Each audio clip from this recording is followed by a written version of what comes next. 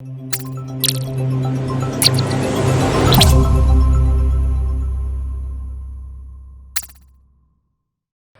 guys, welcome to the video segment on how to write an incredible IB Economics internal assessment essay. Now, we have already discussed everything there is to discuss about the syllabus, chapters 1 through 31. It's been a big and a very informative ride, if I may say so myself. So we have learned a lot, but now it's time to put it into paper. Now it's time to utilize our own individual understandings of economics and use it to analyze a real world situation. So that is exactly what an IB internal assessment is. An internal assessment is nothing more than your understanding, which is to be manifested onto a piece of research or a piece of original writing. Now, with an internal assessment, it's not research. It is your own writing and it is your own understanding which has to be illustrated to the examiner. So an internal assessment is, well, it's not internal per se. Now, an internal assessment is internal in the fact that it's going to be graded by your own teachers. Okay? Now, your own teachers who probably teach you IB in your classrooms, your economics professor or teacher will have to mark the internal assessment, hence the name internal. But your entire internal assessment, the essays which you write will be sent to an external IB moderator who may or may not change the grade which you get. So as I said, internal is only part of the entire thing. But we are here to discuss how to write an extraordinary IB internal assessment. So without further ado, let's jump right to it. Now, this is not an HLSL thing. Both IB, HL and SL economics students have to do this entire ordeal. Now, when I say ordeal, it may be a little bit hard at first because you are accustomed to writing a test paper, and perhaps this may be your first foray into writing an article or writing a commentary. But if you have prior experience, good and well for you. If you don't, you have nothing to worry about. Personally speaking, the first time was, I think, the most interesting. The first time I wrote an internal assessment was, I think the most interesting one I had.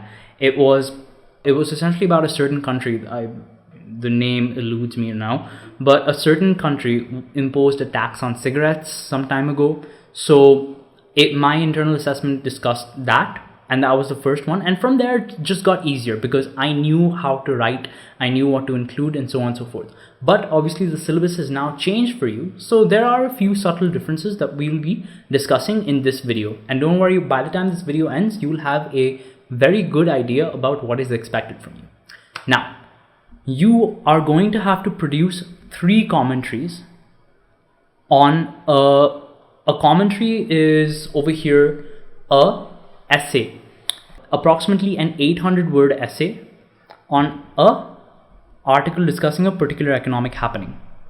So you will essentially have to pull an article from the internet or from your newspaper, and every newspaper nowadays has a associated online portal, so you can simply take the article from there as well.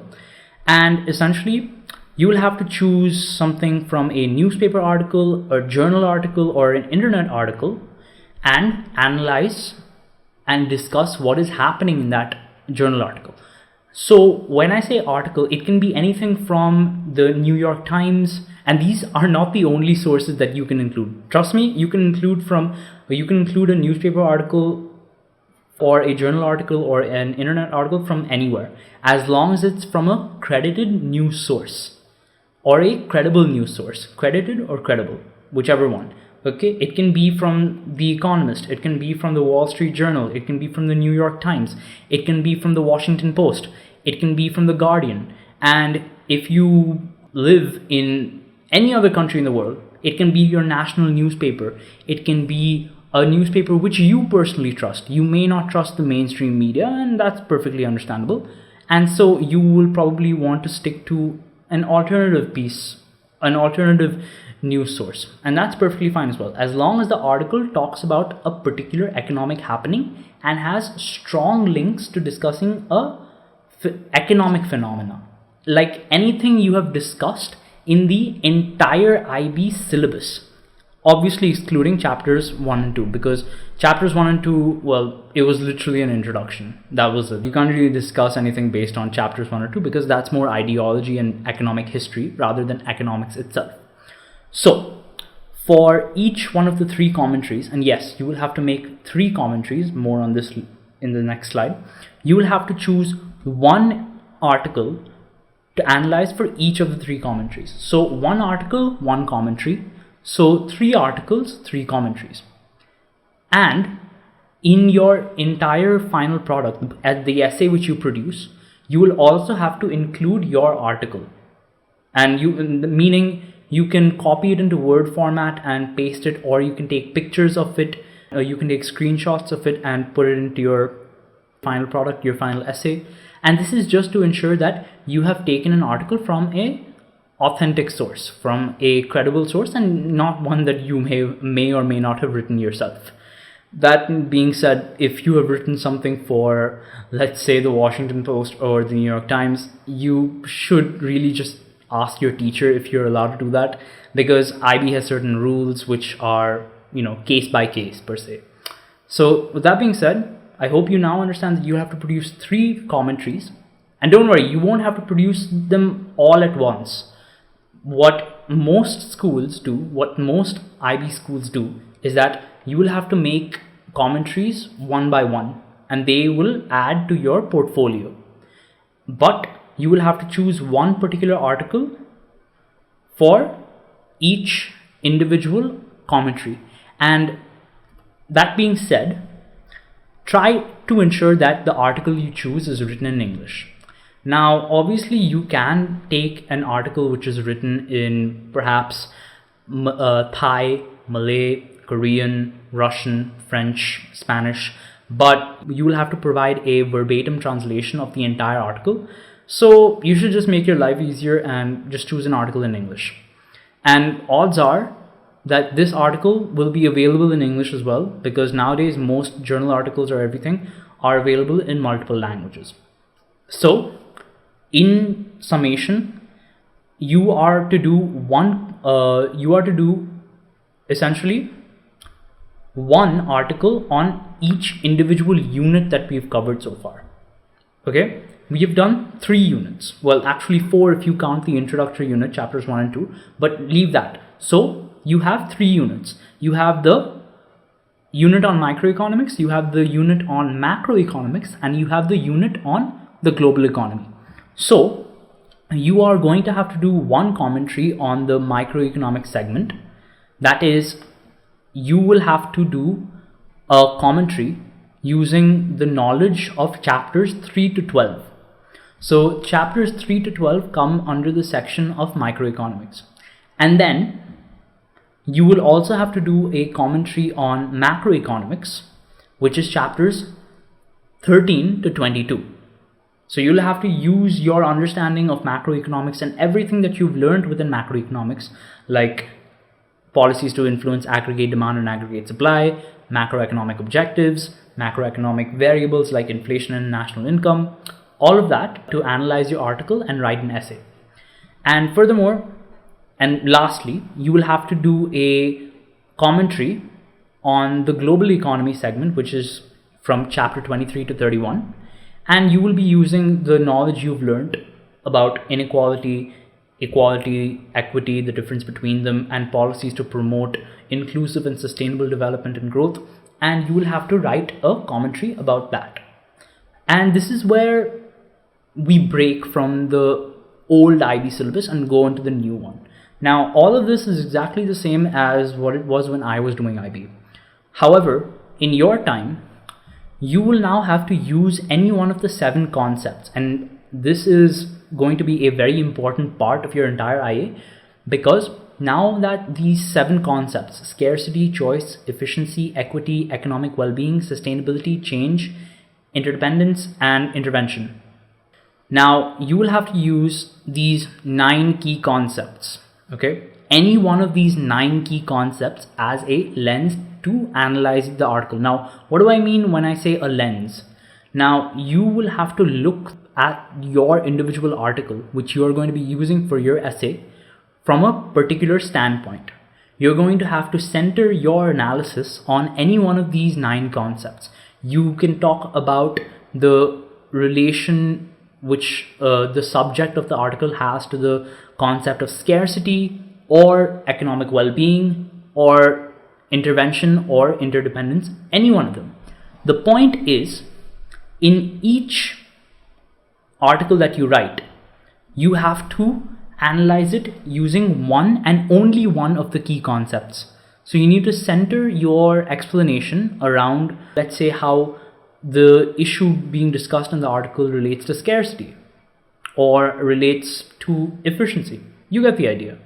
Because you've been exposed to the key concepts enough for you to understand that every economic topic within the IB syllabus corresponds to at least one, if not more, of these concepts which are displayed over here.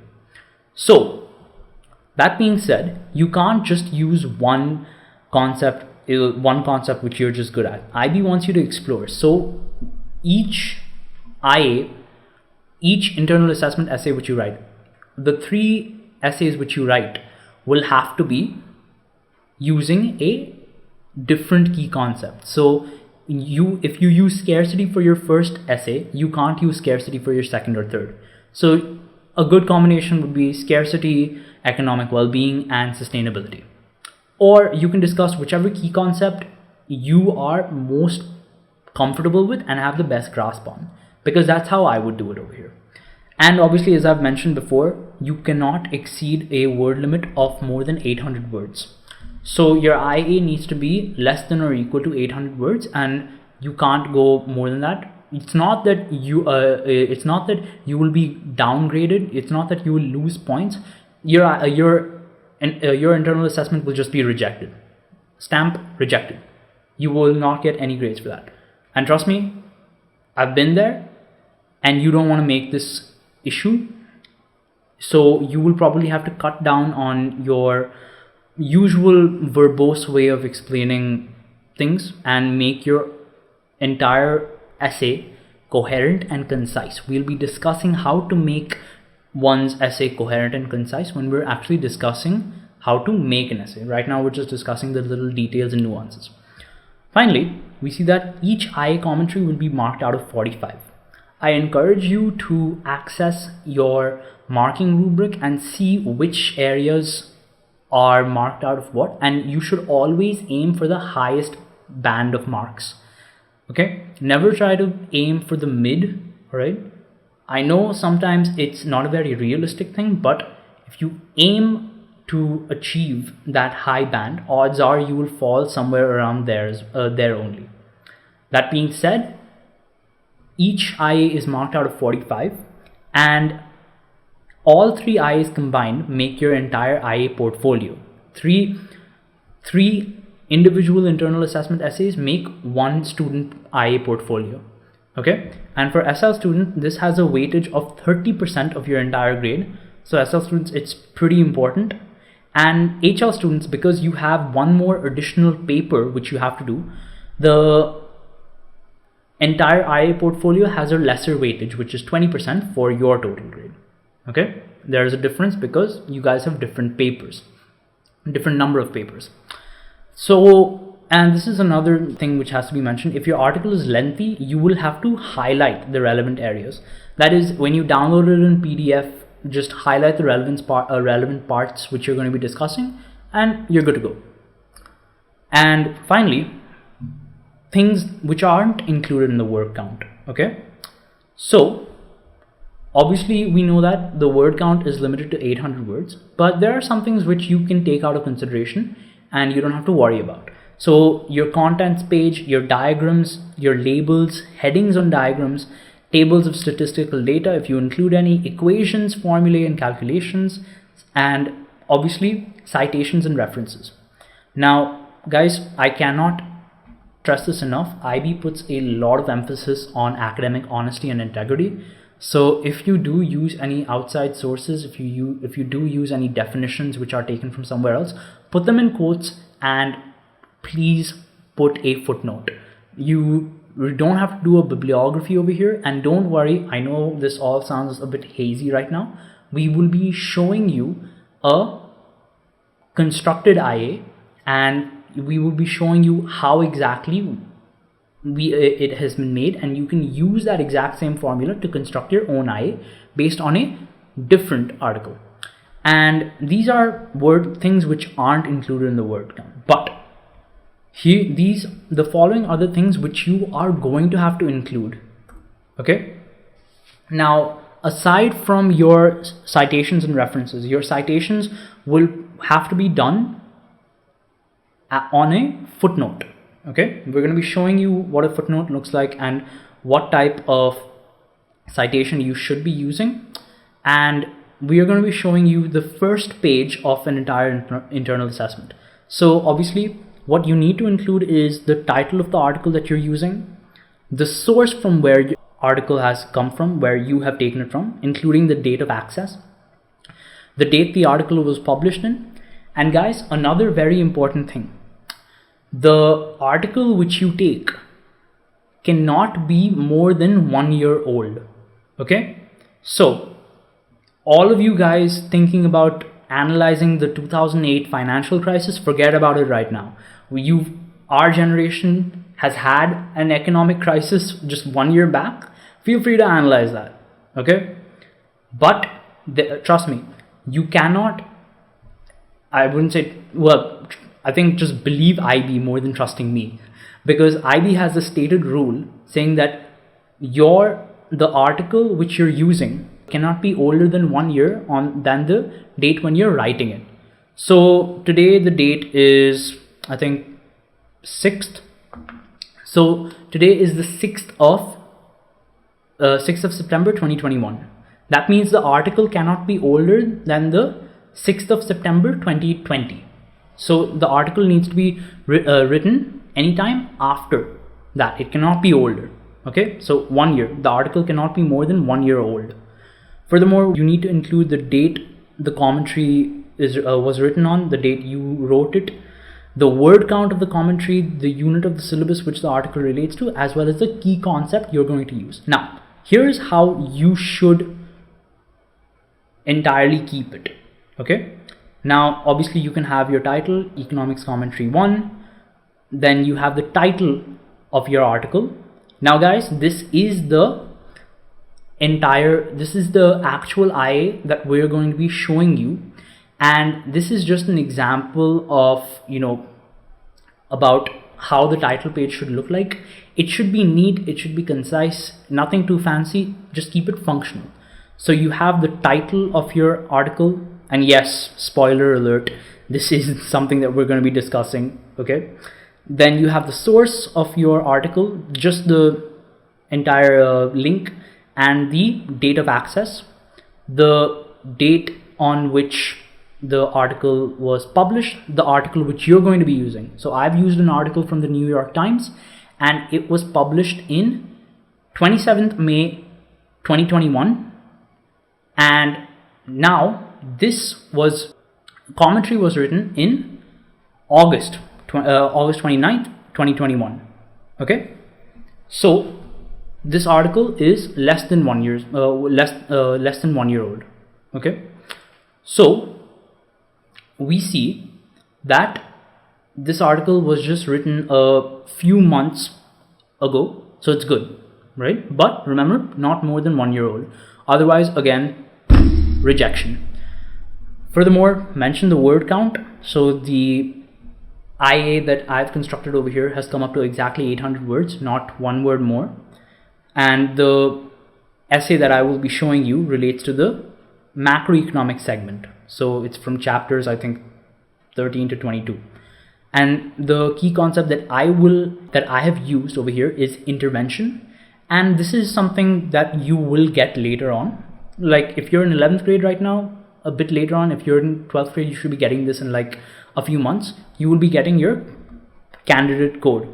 This is not a real one. A mock 101 is just, it's a placeholder. It's not real. Okay, so this is something that you should be aiming to do on your title page. And there is no page limit per se, but you can't really get more than 5-6 pages on 800 words. Okay, and guys, in the next video we're going to be looking at the common format of an internal assessment. So guys, I hope this video has given you a general idea about what is expected from an internal assessment, and in the next video we're going to be going into more detail about the same topic. So guys, until I see you there, good night, goodbye, stay safe.